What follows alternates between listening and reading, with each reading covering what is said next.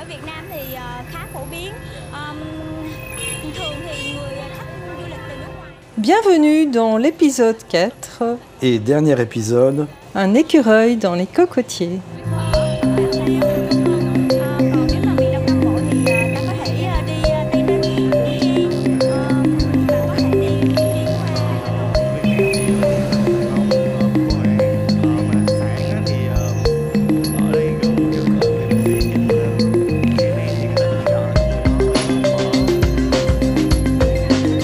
Et pour démarrer cet épisode, Stéphane et moi, on a été super touchés par tous vos nombreux commentaires sur les 3 premiers épisodes.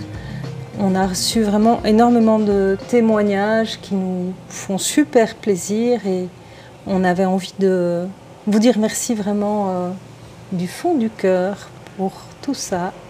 on a pris un malin plaisir aussi à faire ces podcasts. C'est pas du tout quelque chose qu'on maîtrise, mais je pense qu'on s'est amélioré au fur et à mesure. Et puis c'est vraiment, comme on l'a dit dans le tout premier épisode, une manière pour nous de donner des nouvelles d'une autre manière, de peut-être faire rêver un peu à travers les sons qu'on a captés. Pour rappel, tous les sons sont des sons qu'on a pris sur le terrain. Il n'y a rien qui a été chopé sur Internet. Le fait aussi d'avoir ce projet de podcast, ça nous oblige, entre guillemets, le mot est un peu fort, mais ça nous permet vraiment de vivre ce voyage avec beaucoup plus de présence, de connexion. Et c'était vraiment un objectif qu'on voulait se donner, c'était de ressentir vraiment les choses et de prendre le temps de les ancrer. Pour pouvoir les relater justement Ouais. à travers le podcast. C'est pas juste de les vivre de manière passive. Voilà qui est dit.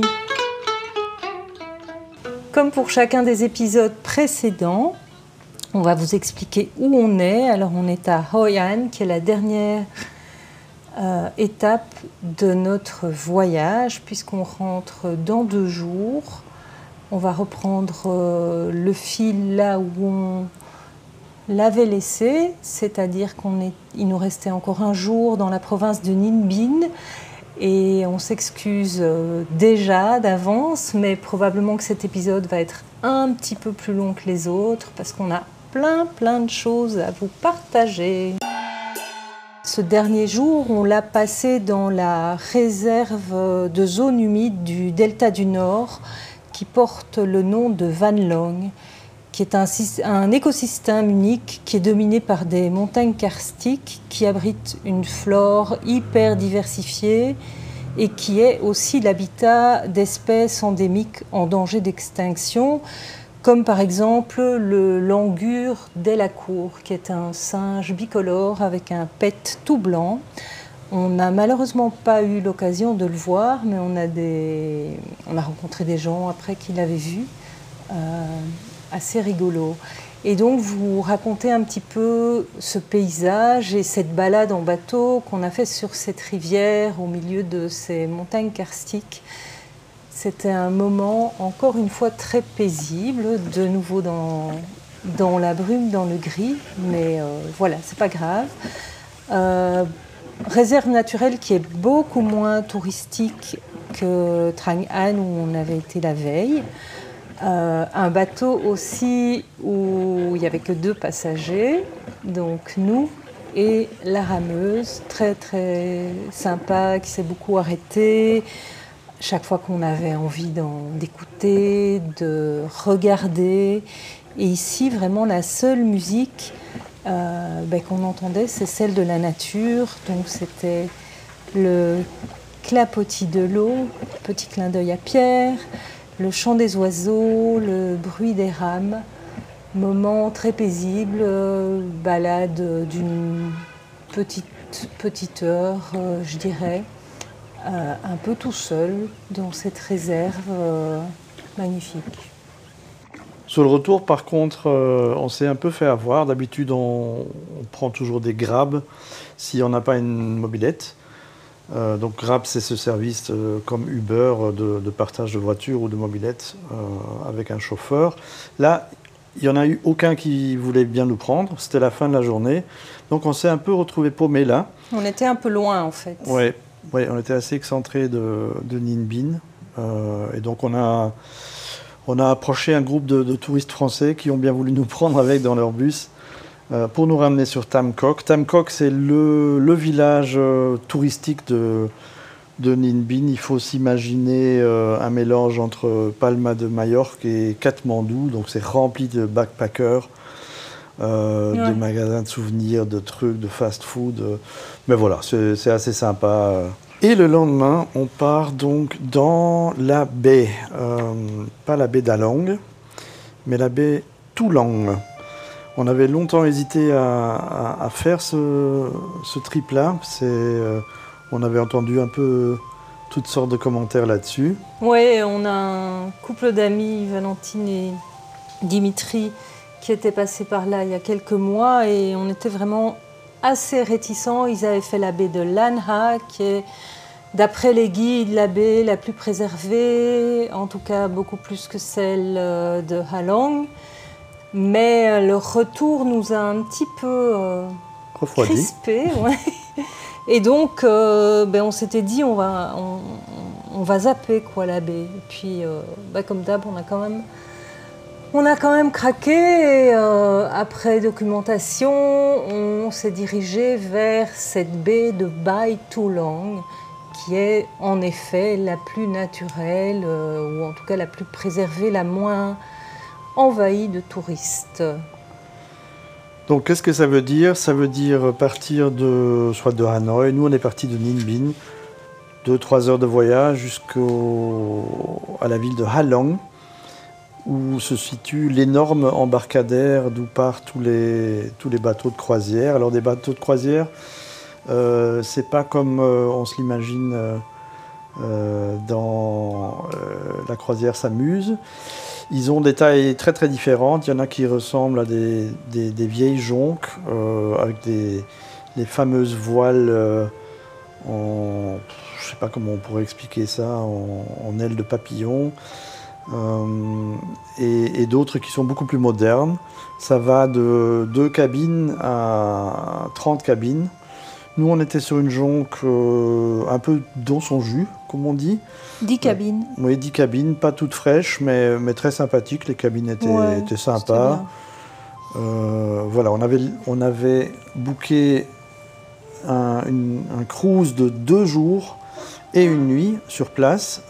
En vérité, c'est plutôt 1 jour, parce qu'on embarque à midi dans cet énorme embarcadère à Ha Long où des milliers de touristes arrivent, sont dispatchés sur les divers bateaux. Et le lendemain, à 11h du matin, on est déjà redébarqué à terre. Puisque le bateau redémarre avec un autre groupe à midi. Exactement. Donc c'est vraiment un peu l'usine. Sur place, qu'est-ce qu'on fait? On fait des tours en kayak, on fait un cours de cuisine à bord, on reste 17 minutes sur une plage. Nous, évidemment, on n'avait pas vraiment le beau temps. Donc, c'était couvert, mais ça reste quand même une ambiance sympa. On s'est retrouvés à bord avec tout un groupe de Français, on a sympathisé et passé un bon moment. Le lendemain, c'est debout à 6h30 pour un cours de tai chi très très improvisé sur le pont supérieur. Puis les visites de fermes de perles, avec évidemment obligation de passer dans le magasin de perles où vous êtes assaillis de vendeuses de perles qui veulent vous refiler leur production. Qui était un espèce de hangar flottant et alors passer à travers d'un village flottant, village de pêcheurs. Voilà, moi j'étais assez sceptique sur le fait que ce soit un vrai village, sur le fait que les gens vivent vraiment là. C'est des toutes petites maisonnettes, cabanes. Sur des pontons flottants. Sur des pontons flottants, sur des bidons, avec des chiens qui sont là au milieu de l'eau à aboyer.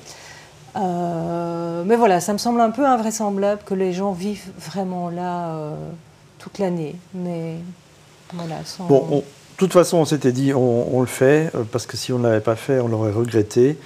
C'est quand même une de ces images iconiques qu'on voit du Vietnam, c'est ces pics karstiques dans la mer.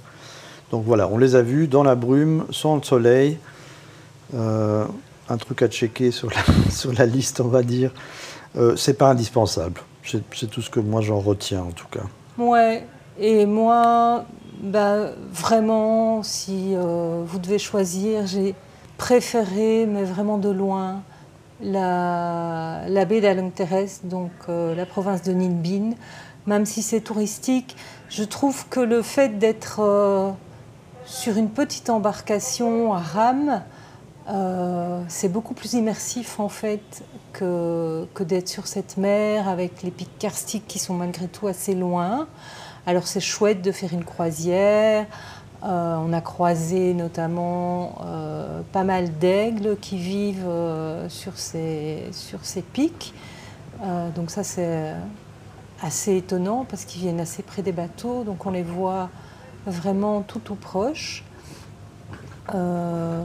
Mais voilà, en tout cas sans le soleil, perso, ça n'a pas fait l'effet escompté. Et ce que je retiens surtout, c'est que toutes les images qu'on se fait et qu'on voit sur les sites ou sur les pages Facebook du Vietnam, quand on y est, c'est pas la même chose. Et encore, nous, on a mouillé dans une baie la nuit avec 9 autres bateaux. Dans la baie d'Along, ils étaient, à mon avis, plutôt 100 bateaux. Ah ouais. Donc, avec karaoké le soir du bateau d'à côté, je pense que voilà, on a eu le moins pire, mais pas indispensable pour moi en tout cas. Le retour vers Hanoï, donc à partir de Ha Long le lendemain, était sympathique parce qu'on a eu un accompagnateur qui avait mangé du clown ce matin-là. Il faisait blague sur blague, mais il y en avait une qui était quand même assez touchante. À un moment, ils nous ont débarqué pour une petite pause pipi, café, dans un énorme bazar avec tous les bus qui s'arrêtent là. On était, à mon avis, 400 touristes. Et donc, chaque bus distribue, avant de sortir aux passagers, des petits badges qui portent le numéro de la plaque du bus. Et l'accompagnateur nous disait je vous donne ça parce que je ne vais pas vous reconnaître si je dois vous chercher quand on va redémarrer parce que vous vous ressemblez tous. Ça nous remettait un peu en pleine figure le vieux cliché qu'on a, nous, des Asiatiques, qu'on n'arrive pas à distinguer parce qu'ils se ressemblent tous. Ben voilà, ça nous a un petit peu calmés. Donc on se retrouve pour une après-midi à Hanoï. On en a profité pour faire les 2 visites qu'on n'avait pas pu faire avant notre départ dans le nord. Notamment cette prison de Hoa Lo, qui est la vieille prison coloniale française où les Français emprisonnaient plutôt les prisonniers politiques vietnamiens qui finalement est une geôle assez terrible. Plus tard, on y a enfermé les pilotes américains qui étaient abattus par l'armée Viet Cong. On l'appelle aussi le Hanoi Hilton dans le jargon américain, ironiquement. Ouais. C'est là où a un peu fermenté la révolution communiste. Les prisonniers politiques cachaient des tracts, des bouts de papier dans les latrines. Vraiment, c'est costaud à voir ça se visite un peu la gorge serrée. Partout, il y a des pancartes qui dénoncent les méfaits des Français et des Américains. On voit que voilà, la mémoire est toujours vive. Oui, et à côté de ça, il y a des espèces de facsimilés, de courriers, des Français en faction, qui sonnent mais complètement faux, genre tout va bien ici, le moral des prisonniers semble bon. Nous avons leur installé santé... un ventilateur supplémentaire. Oui, enfin, c'est vraiment assez choquant en fait. Et oui, il y a quelques cellules qui sont laissées en l'état, et alors il y avait des salles communes aussi. En fait, les prisonniers étaient dans les salles communes, assis par terre, donc c'est des espèces de des grands bancs en béton. Et les jambes allongées devant eux sont maintenues dans des espèces de menottes pour chevilles fixées au sol, donc ils ne savaient pas bouger. Et donc il y a vraiment une reproduction avec des sculptures comme ça d'une vingtaine de Vietnamiens cloués au sol, hein, c'est vraiment le cas de le dire. Avec des expressions toutes hyper significatives et très touchantes. Après, dans un registre un peu plus léger, on s'est fait les fameuses marionnettes dans l'eau. C'est un passage obligé pour toute personne qui vient... Tout touriste digne de ce nom. C'est ça, qui vient au Vietnam. Bon, c'est sympa, c'est très très kitsch. Mais on se prend au jeu. En fait, comme m'a dit Geneviève dans l'oreille pendant le spectacle, il faut le voir avec des yeux d'enfant. Ce qui a beaucoup aidé aussi, c'est qu'il y avait un enfant qui riait aux éclats juste derrière nous. Et donc, on a commencé à y prendre goût et à trouver ça assez chouette. Donc, il faut s'imaginer, c'est des marionnettes qui sont vraiment sur une surface d'eau, agitées par des longs battants par derrière. Derrière un rideau, il y a les marionnettistes qui les font bouger.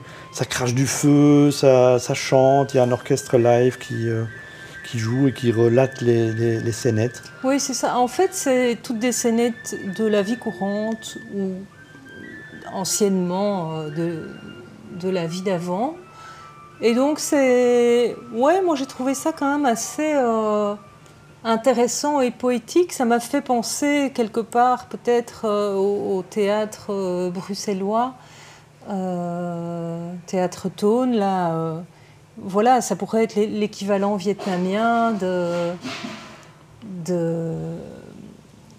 ce genre de prestations artistiques. Alors le soir, on a découvert un super resto végétarien, petit clin d'œil à eux, ça s'appelle Sadou, c'est tout près de la gare de Hanoï. On a eu un repas de dingue pour 300 000 dong, donc l'équivalent de 10 €. Ouais. Tout à volonté, on choisit les plats qu'on veut, autant qu'on veut, 15 plats éventuellement. C'est toutes des petites portions, mais vraiment délicieuses. Où l'architecture, encore une fois, était... c'est toujours la porte d'entrée en général pour nous, enfin pas toujours, mais souvent. Voilà. Ici,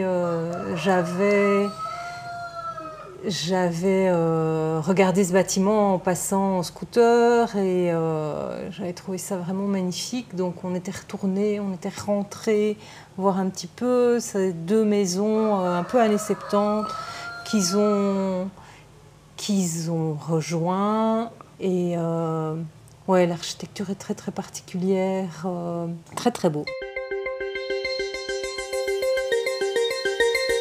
Et donc après ce repas, on embarque dans le fameux train de nuit, le train de la réunification qui part de Hanoï jusqu'à Ho Chi Minh Ville, donc l'ancien Saigon. À peu près 13 heures de route de Hanoï jusqu'à Hue. On embarque à 21 h. On avait choisi la meilleure classe, entre guillemets. C'est des cabines couchettes de 4 lits, 4 couchettes molles, parce qu'il y a des couchettes dures aussi. En bois Ça, je ne sais pas, mais voilà. En tout cas, il y a 4 classes dans le train. Il y a des sièges en bois, il y a des sièges en sky, et puis il y a les couchettes plus dures, où il y a 6 couchettes par cabine. Et nous, on avait les plus luxe avec 4 couchettes. Petite explication à propos de ces couchettes en bois et des lits mous. En fait, les Vietnamiens, ils vivent avec assez peu de confort. Ils n'ont pas besoin de confort, ils ont une vue assez rude. Même les gens qui ont de l'argent, la plupart des Vietnamiens couchent sur des nattes, donc ils n'utilisent pas de matelas. Et donc ce qu'ils appellent une couchette molle, c'est une couchette avec matelas qui effectivement est plus calquée sur ce que eux estiment du confort. Donc pour nous quand même assez dur, mais pour eux, couchette molle ou lit mou. On a relativement bien dormi. Ouais. C'était bien. Faut réserver assez longtemps en avance parce que sinon on se retrouve sur les couchettes supérieures et on risque d'être à 20 cm de l'air conditionné. Heureusement, ils ont adapté la température au fil de la nuit, mais on se les gelait un petit peu quand on s'est endormi parce qu'on était juste en dessous.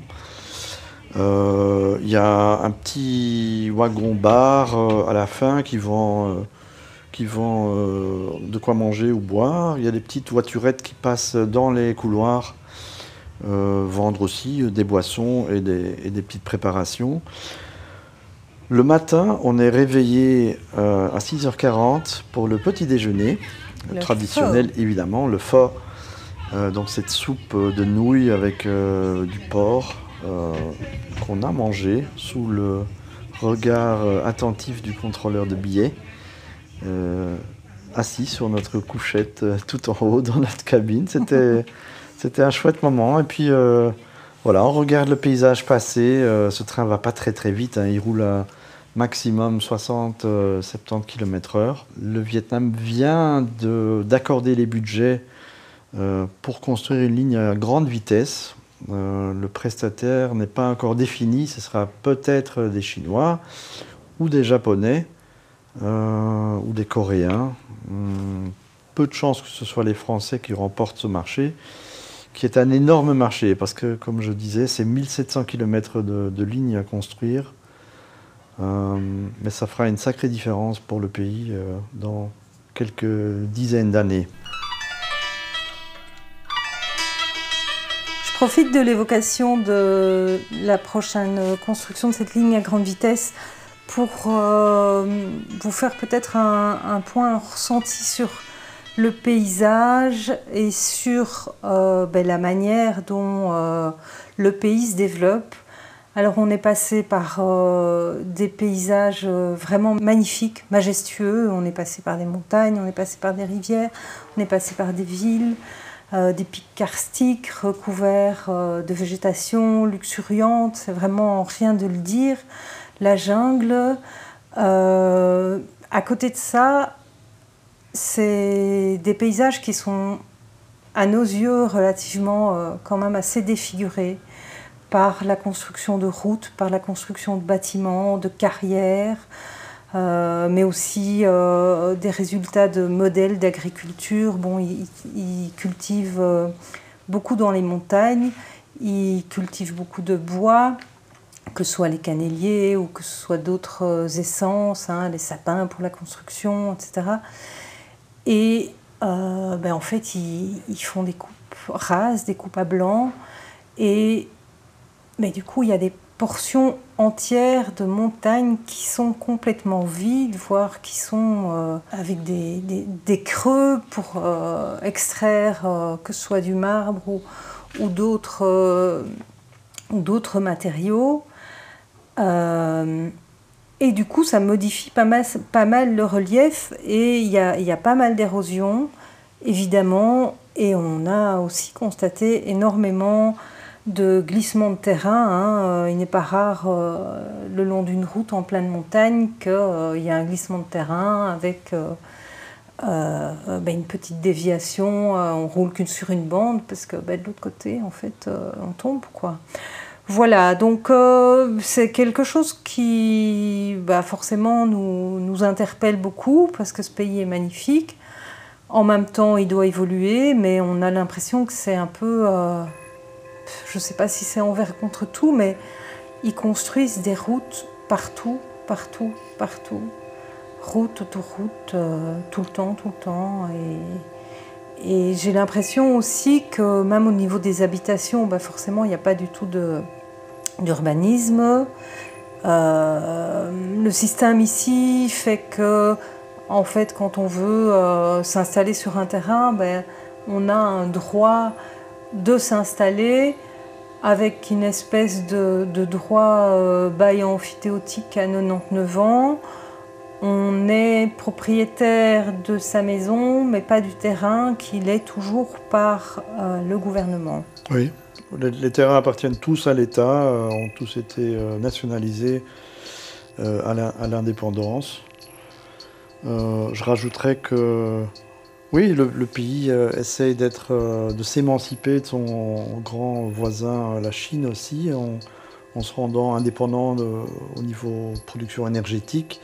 Dans le nord, il y a énormément de centrales hydroélectriques, donc ça c'est déjà super. Ils utilisent vraiment la présence des rivières, etc., pour construire des barrages, pour produire de l'électricité de manière naturelle. Il est question... Bon, il y a aussi certaines centrales au charbon, ça c'est un peu moins bien. Et il est question de construire 2 centrales atomiques aussi. En tout cas, voilà, ce pays a un besoin énorme en énergie et essayer de le fournir. C'est le nord qui fournit aussi l'énergie vers le sud, vers le delta du Mékong. Et bizarrement, au niveau de l'énergie solaire, il n'y a rien. C'est tout à fait inexistant. C'est tout à fait inexistant, alors que le soleil brille quand même sur une grande partie. On l'a pas beaucoup vu. Mais... Oui, nous on ne l'a pas vu, mais dans le sud, il y a énormément de soleil. Donc là, il y a encore de quoi faire. Le Vietnam a aussi sa propre marque de voiture depuis quelques années, VinFast, qui aujourd'hui ne construit plus que des voitures électriques.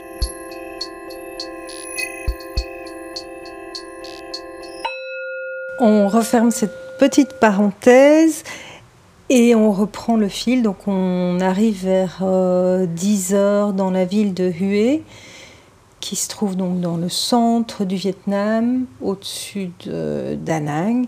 Et Hue, c'est l'ancienne, on dit Hue même, l'ancienne capitale impériale du Vietnam, avec une petite liste de monuments à voir, dont la cité impériale et un certain nombre de tombeaux impériaux. De la dynastie des Nguyen. Oui, entendre tombeaux plus comme site funéraire. Site funéraire, parce que ce sont des sites assez gigantesques. Peut-être commencer à vous parler de ce séjour à Hue avec un petit coup de cœur, un gros coup de cœur même.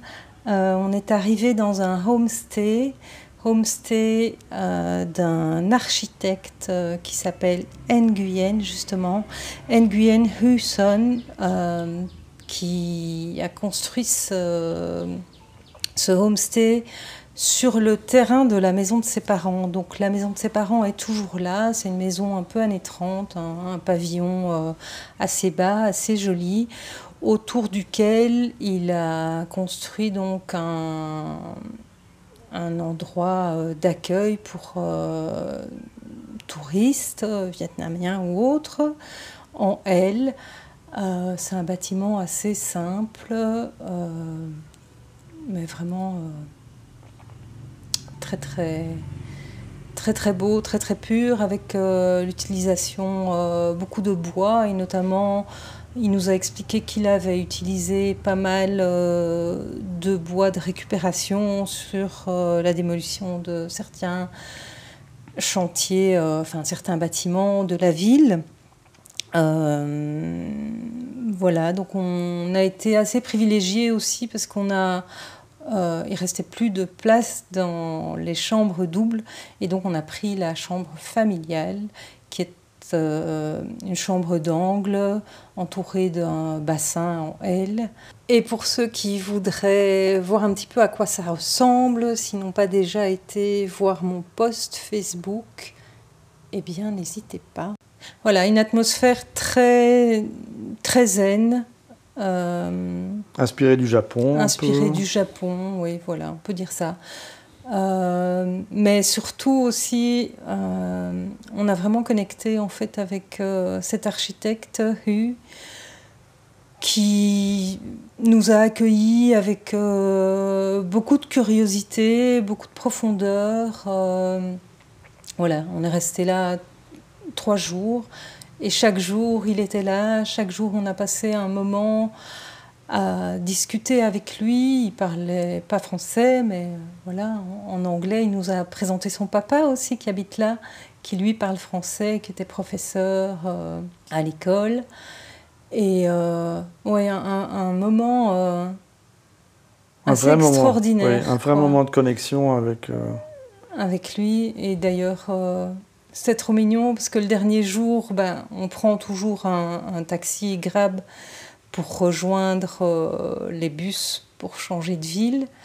Et puis, juste avant de partir, il nous dit « Mais vous avez déjà commandé votre Grab parce que je vais en ville et je vous dépose. » Et voilà, c'était vraiment super touchant, quoi. Très, très, très belle rencontre. Très bel homme. Et sinon, pour Hué? Et sinon, pour Hué eh bien, on a été à la Cité impériale l'après-midi. Je te laisse raconter. Oui, la Cité impériale se trouve dans une grande citadelle. Il faut s'imaginer quelque chose qui ressemble peut-être à Aigues-Mortes, en Camargue. Donc des grandes fortifications qui entourent tout un ensemble de bâtiments. Et à l'intérieur de ça se visite cette fameuse cité. C'est très beau. Je pense qu'on a pris plus de photos des Vietnamiennes qui posaient là en magnifique habit, en aojai, que des bâtiments. Mais voilà, c'était très chouette. La ville Hue aussi respire beaucoup plus de calme. On appelle ça la ville chill au Vietnam. Donc les gens, il y a toute une culture culinaire. Les gens prennent leur temps, ils restent attablés aux terrasses, boire un café. Donc le rythme est vraiment ralenti. On a d'ailleurs découvert un café absolument dingue à Hue, relativement près de notre homestay, le Sai Homestay. Un café rempli de petits ruisseaux d'où émane une fumée artificielle, plein de végétation. Café jungle, c'est vraiment... Une centaine de tables, un truc immense. Des criquets à ne plus s'entendre. Des cigales. Oui, des cigales. Des cigales, oui, et des gens qui se prennent en photo. Enfin, vraiment une espèce d'imaginaire du paradis que peuvent peut-être se faire les Vietnamiens. C'était magnifique. Oui, c'est vraiment énorme comme lieu. En plus, avec chaque fois des espaces différents, des cabanes, des salles plutôt, entre guillemets, intérieures, des murs végétaux, de l'eau qui coule le long de piliers en miroir. Des pans. Des koi, plein de koi. D'ailleurs, ça s'appelle le Koi Café. Voilà, très chouette moment. Et donc, le lendemain, nous sommes allés visiter le tombeau de Khai Dinh, ou plutôt le mausolée du tombeau de Khai Dinh, qui est le lieu de sépulture de cet avant-dernier empereur du Vietnam qui régna de 1916 à 1925. Et donc, il est construit à une dizaine de kilomètres d'Hue, et il a choisi lui-même de construire ce mausolée à son effigie, de son vivant. Les travaux qui ont donc commencé en 1920, le long de la rivière des Parfums. Alors ce jour-là, il faisait assez chaud, assez moite, toujours gris. Et la particularité, du coup, comme on est dans les montagnes, c'est qu'en fait, vraiment le tombeau, entre guillemets, la pièce où repose cet empereur se trouve tout en haut. Donc on monte une série de marches se baladant de bâtiment en bâtiment, hôtels, autres obélisques et sculptures, pour arriver à ce tombeau lui-même qui est vraiment très, très, très impressionnant. C'est gigantesque, c'est entièrement recouvert de cassons, de bas-reliefs en cassons de céramique que l'empereur a lui-même fait ramener de différents voyages. des objets d'art assez chers qu'il a donc fait casser pour construire toute une série de décorations assez sublimes. Oui, c'est vraiment très très poétique. Donc il faut imaginer des centaines de vases, de poteries qui sont revenus vers le Vietnam, que des ouvriers ont cassés au marteau, pour après que des artistes, des artisans refassent des figures sur les murs, des motifs divers et variés. Ça va du canard. C'est hyper beau, ouais, oui. ouais. On s'est cru au parc Güell à Barcelone. Enfin, voilà, c'est très très beau, difficile à expliquer en mots. Là, vraiment, les images vont aider. On a visité aussi un autre tombeau qui est celui de Minh Mang, qui est d'un tout autre style, beaucoup plus symétrique, moins poétique dans les bâtiments même ou de l'intérieur. Un des premiers, je pense. Le parc est magnifique. Et donc, on se promène dans cet énorme parc de bâtiment en bâtiment. C'est très, très, très, très grand. C'est aussi un des lieux les plus instagrammables, comme on dit, de nos jours pour les Vietnamiens. Donc, il y a énormément de gens qui viennent là pour se prendre en photo. Pas facile du coup de choper une photo sans touriste dessus. Oui, par contre, bizarrement, en fait, ce site-là est beaucoup mieux conservé, je dirais, alors qu'il est plus ancien, que celui de Khai Dinh, qui, étant donné l'époque, a été principalement construit en béton. Et donc, le béton au Vietnam, ça vieillit assez mal, hein. C'est vraiment rongé par les champignons, c'est tout noir. Alors que le tombeau de Minh Mang, oui, lui est beaucoup plus ancien, donc fait dans des matériaux beaucoup plus durables. Bon voilà, ça conclut un peu Hue. Hue qui a aussi été le théâtre de terribles combats avec les Américains, qui se sont fait surprendre là par une offensive des Viet Cong. Donc beaucoup de destruction dans la ville, et la ville a été reconstruite en parlant justement avec l'architecte Hue. Il nous disait que ça rase beaucoup d'anciens bâtiments coloniaux. On essaie vraiment de faire du neuf, là on met des gratte-ciel. Voilà, ça fait partie de ce renouveau vietnamien.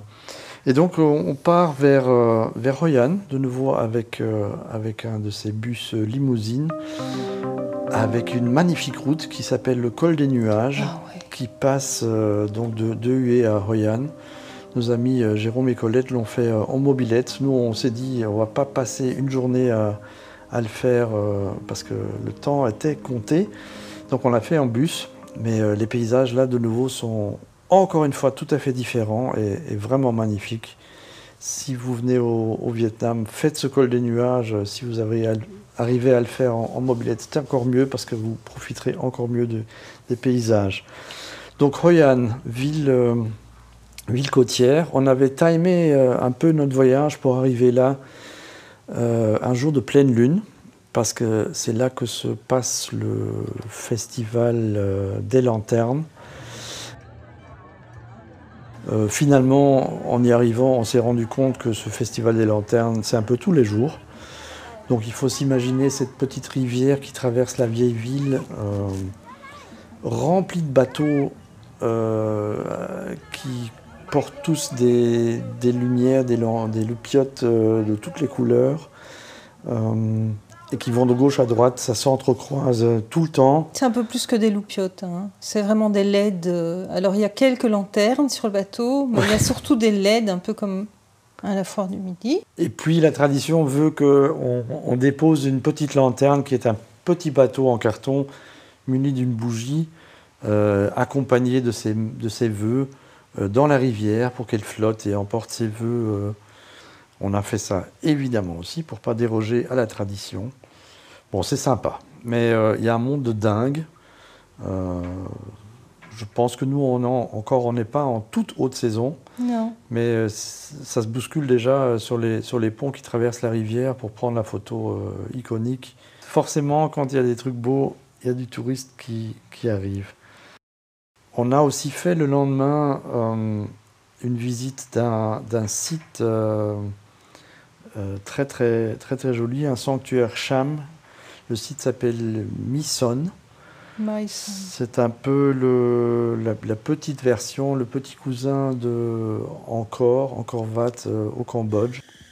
Ce sanctuaire est ponctué de temples et autres constructions qui sont édifiées avec des briques réfractaires, sans mortier, donc sans joint.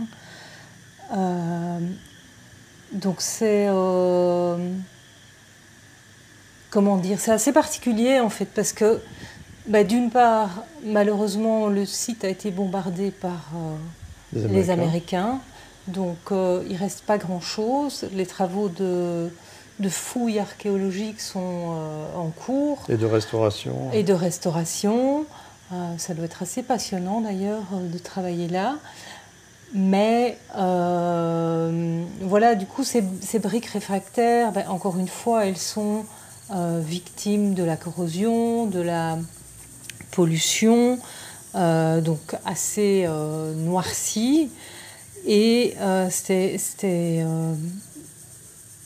dans ce cadre ultra verdoyant, encore une fois, avec plein d'oiseaux, beaucoup d'humidité, il émanait en fait de ces bâtiments une odeur tout à fait particulière de ces briques en terre cuites, voilà, un petit peu suave qui m'a assez surprise. Sinon, Hoi An, c'est aussi de nouveau beaucoup de boutiques.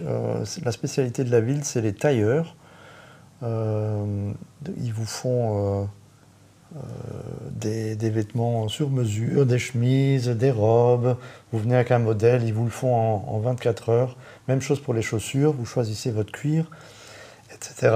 Donc beaucoup de touristes viennent aussi pour ça. On a découvert aussi un photographe français qui s'est établi à Hoi An, qui s'appelle Réan, qui est un des 10 portraitistes les plus connus au monde, qui fait des photos magnifiques de l'Asie du Sud-Est, mais aussi de Cuba. Voilà. Il s'est installé à Hoi An il y a une dizaine d'années. Oui, c'est ça, ou 15 ans. Et voilà, si vous passez par ici, ne ratez pas d'aller voir sa galerie ou son musée, c'est à recommander. Pour notre dernière journée à Hoi An, dernier jour de ce voyage, j'avais eu très envie d'aller faire une activité touristique, non pas parce qu'elle est touristique, mais parce qu'elle était pleine de promesses. Une balade en bateau coconut boat, qui sont des bateaux circulaires en bambou évidemment, de moins de 2 mètres de diamètre. Pour la petite histoire, ils auraient été conçus lors de la colonisation française pour éviter la taxe sur les bateaux. Bref, et donc l'idée c'était d'aller faire un tour dans les mangroves de palmiers, mais malgré l'heure très matinale, c'était quand même relativement touristique, relativement bruyant, puisque à un moment donné, on se retrouve dans un grand espace d'eau, mais avec une sono en plein milieu, de la musique à fond la caisse, et les rameurs qui font une petite danse et qui font tournoyer les coquilles. C'était assez rigolo, même si c'est pas vraiment ce qu'on a recherché. Non, c'était rigolo 5 minutes et donc on s'est enfoui de là très très vite. Et donc on va tout simplement commencer à conclure notre dernier épisode et ce récit sonore qui nous a fait énormément plaisir de partager avec vous. Et comme à l'accoutumée, Geneviève va vous faire quelques statistiques. Alors, sur le nombre de logements, donc, on a passé 29 nuits au Vietnam et on a partagé ces nuits entre 15 différents logements. C'est dire qu'on a quand même bougé pas mal. Au niveau des moyens de transport, On a relevé 7 moyens de transport différents, à savoir avion 5, puisqu'on a fait escale à Bangkok et que pour remonter vers Hanoï, on va prendre un vol intérieur, le train couchette, les bus limousines, le bateau, le vélo, le scooter et la voiture, évidemment, dans le nord.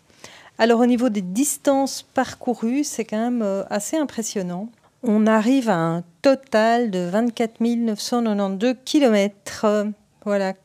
Donc il y a évidemment 21 920 km qu'on a parcouru en avion, puisqu'on a fait, je le répète, escale à Bangkok.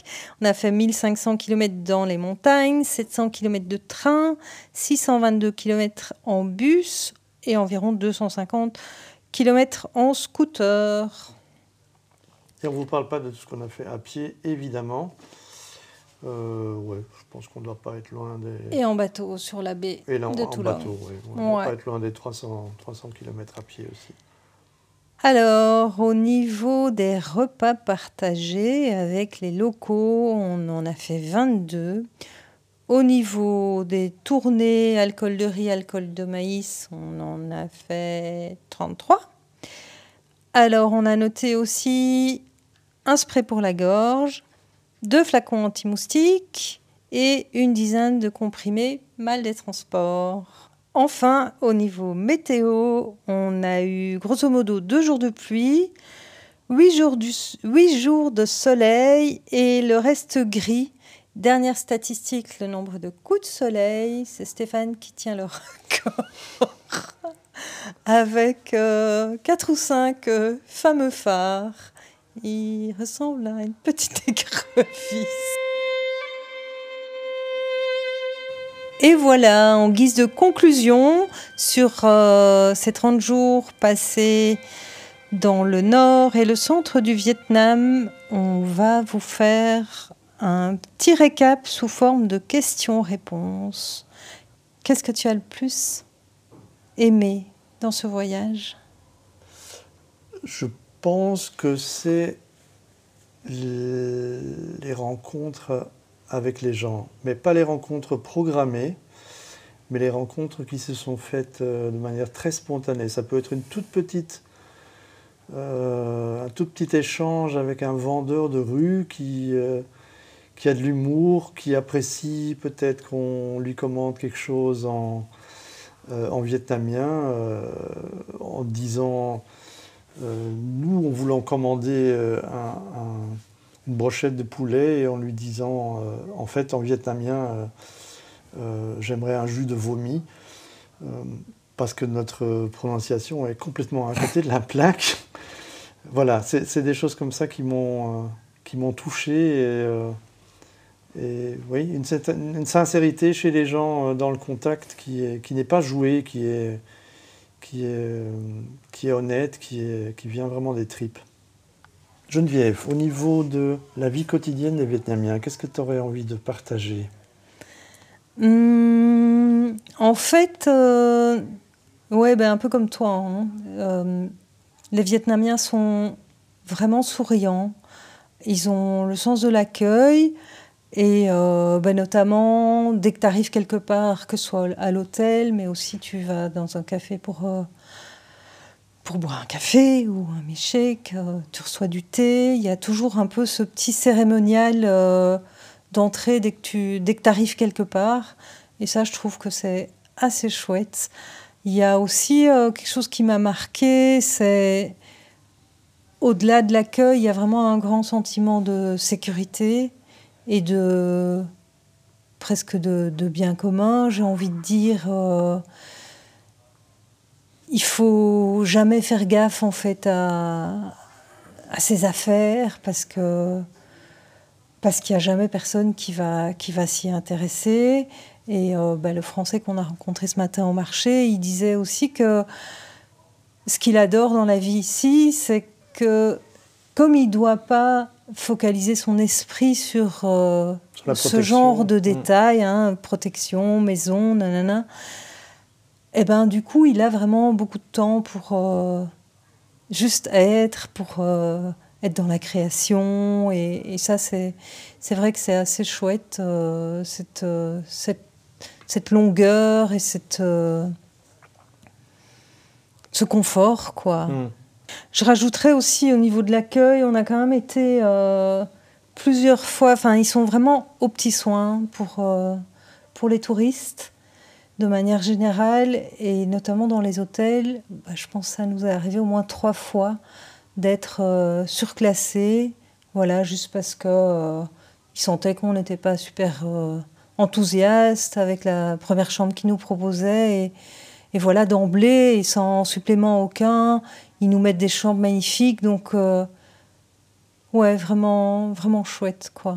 Alors que le tourisme n'est pas neuf ici, c'est quelque chose qui est quand même installé depuis quelques années, mais on sent qu'on est sur une vague croissante de tourisme et ils font plein d'efforts pour attirer des gens. On peut notamment parler de cette anecdote par rapport aux recommandations TripAdvisor ou Google qu'on nous demande chaque fois de remplir. Dès qu'on sort d'un endroit, que ce soit un café, un resto, il y a quelqu'un qui nous court après en disant « Est-ce que vous pouvez nous laisser un bon avis? Voici mon nom, voici le truc, scannez. Et je reste d'ailleurs à côté de vous pendant que vous le faites pour être sûr que vous le faites. » Voilà, ils ont besoin de ça pour que le tourisme se développe encore plus. Le bémol, évidemment, c'est que le tourisme va se développer encore plus et que on a un peu peur si on revenait dans 10 ans, que le pays ne soit plus vraiment le même. Du coup, moi je voulais savoir, est-ce qu'il y a des choses qui t'ont manqué? Qu'est-ce qui t'a le plus manqué éventuellement ou pas? Alors ça peut être bizarre parce que je parlais du contact avec les gens, mais en fait, ce qui m'a manqué peut-être, c'est un échange de longues conversations avec les gens. Plus profond. Oui, plus profond, de connecter.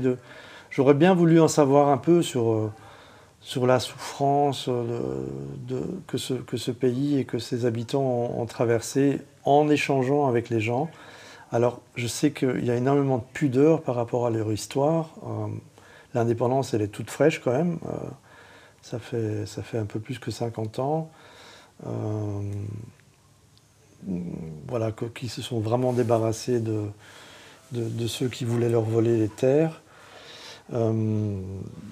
Voilà, ça m'a manqué. J'aurais bien voulu avoir une fois un échange, parler de tout ça. Alors, est-ce qu'ils peuvent vraiment aussi le faire Après, je pense qu'il y a beaucoup la barrière de la langue. Enfin, c'est même pas je pense, c'est un fait. Les seules personnes avec qui on a échangé, c'est Bach, notre guide dans le Nord, assez jeune. Et là, on a quand même eu des assez chouettes échanges. Oui, mais j'ai jamais senti une ouverture où vraiment j'aurais pu dire, bon, et au niveau politique, là, est-ce que ça vous manque de ne pas avoir un parti d'opposition, cette pensée unique? Il avait l'air très très fier de son pays. Et ils le sont tous. Oui, oui. Ouais. Et du coup, voilà, nous en Belgique, on aime bien mettre en question la politique et ne pas être d'accord. Et c'est quelque chose que je n'ai pas retrouvé et que j'aurais peut-être bien voulu développer dans une discussion. Ce qui m'a manqué aussi, c'est peut-être une certaine variété dans la nourriture. J'adore les nouilles, mais au bout de 20 jours... Ah oui, dans les statistiques, j'ai oublié de demander à Stéphane le nombre de bols de nouilles. Mais genre, on est à 80, quoi. Oui, certainement. Certainement. Et au bout d'un moment, ça lasse un petit peu. À un tel point que Jeannot s'est tapé une pizza hier soir parce qu'elle n'en pouvait plus. Moi, j'ai envie de te poser la question, quel est ton coup de cœur? Ouais, au niveau des paysages, clairement, je pense que c'est plutôt Ninh Binh, cette baie d'Along terrestre, là où on est vraiment immergé entre les pics karstiques qui donnent beaucoup de douceur, beaucoup de lenteur aussi dans la découverte et je pense peut-être aussi dans la vie des gens qui habitent cette région. Et puis j'ai un autre coup de cœur qui est un coup de cœur pour un arbre. Notre guide nous a dit que c'était un capoquier. Alors j'ai regardé sur internet, mais je ne suis pas sûre que ce soit cet arbre-là. Quoi qu'il en soit, l'arbre coup de cœur que j'ai vu dans les montagnes, mais aussi du côté de Ninh Binh, c'est un arbre assez grand, très très architecturé, mais avec une architecture assez droite, assez simple. Et en fait, l'époque où on était là, il était couvert de fleurs rouges, des fleurs assez grandes et sans feuilles. Et donc c'est vraiment une image très très poétique de voir ces arbres très très grands, rouges, avec souvent les fleurs qui sont tombées au sol et qui forment un tapis rouge comme ça dans le vert des paysages. Très joli. Et qu'est-ce que tu as le moins aimé ? Alors je ne vais pas parler du Vietnam parce que j'ai tout aimé au Vietnam, quasiment. Chaque fois que je pars à la découverte d'un pays que je n'ai jamais visité, c'est un émerveillement constant. Ce que je n'ai pas aimé, c'est de ne pas avoir assez de temps. On s'est pourtant donné 1 mois, on s'est dit on voit large. Ça doit faire 20 ans qu'on n'est pas parti 1 mois en vacances. Et bien pourtant, ça ne suffit pas. J'ai l'impression qu'on a gratté que la surface à plein d'endroits. On est reparti avec regret de ne pas avoir goûté un certain plat, de ne pas avoir visité un certain endroit, de ne pas eu le temps de se poser juste à digérer les choses. Même avec 1 mois et en n'ayant pas fait l'entièreté du Vietnam, juste le nord et le centre, déjà on avait l'impression de courir. Et ça, c'est un regret. Oui, on s'était dit, puisque ça fait des mois et des mois qu'on prépare ce voyage, on ne va pas faire le Vietnam, tout le Vietnam en 3 semaines, comme la plupart des agences le proposent. On va se concentrer sur le nord, sur le centre. Et en fait, finalement, je trouve que le résultat est le même, parce qu'on a tellement bougé, on a tellement vu de choses, oui, qu'on est presque... Saturé. Saturé, oui. Il y a des endroits, on ne sait plus ce qu'on a vu. Est-ce que c'était là? Est-ce que c'était ça? Et du coup, ouais, c'est quelque chose que je referai autrement. C'est une bonne expérience, une bonne leçon. C'est un peu grand comme mot, mais ouais, à refaire ici ou ailleurs. Clairement, je ne bougerai plus comme ça tous les jours, tous les 2 jours. C'est pas quelque chose qui me convient, quoi. Peut-être que la conclusion, on devrait se la faire dans 3 mois, après une certaine période de digestion, de maturation de tout ce qu'on a vu. Ce sera plus facile à restituer. Avec quoi tu repars, du coup ? Je repars avec une envie encore accrue de découvrir le monde, avec une confiance aussi en nous deux, à se dire qu'on a envie de découvrir encore plus de choses. On arrive à le faire à notre âge, même en dehors des sentiers battus un peu. On n'a pas besoin de tellement de luxe pour voyager, donc ça ouvre les portes assez grandes sur tout ce qu'on peut encore découvrir. Et donc voilà, je repars avec ça, cette sérénité de dire c'est pas fini les voyages en fait à notre âge, il y a encore tant de choses à découvrir et on a tant d'années devant nous pour le faire. Et toi, tu repars avec quoi ? Oh, je repars avec beaucoup d'images. Un peu un sentiment peut-être de satiété, comme tu disais. Il faudra le temps d'incubation. Je ne sais pas combien de photos j'ai prises, mais beaucoup trop, même si j'en ai déjà balancé pas mal. Oui, je repars aussi avec cette envie de vivre, de découvrir, d'aller au-devant de ce que je ne connais pas et de toute cette beauté du monde entier. La liste est longue. Et donc sur ces bonnes paroles, on va prendre congé de vous. Encore une fois, en itérant nos remerciements. Si vous nous écoutez toujours, c'est que vous êtes bien courageux.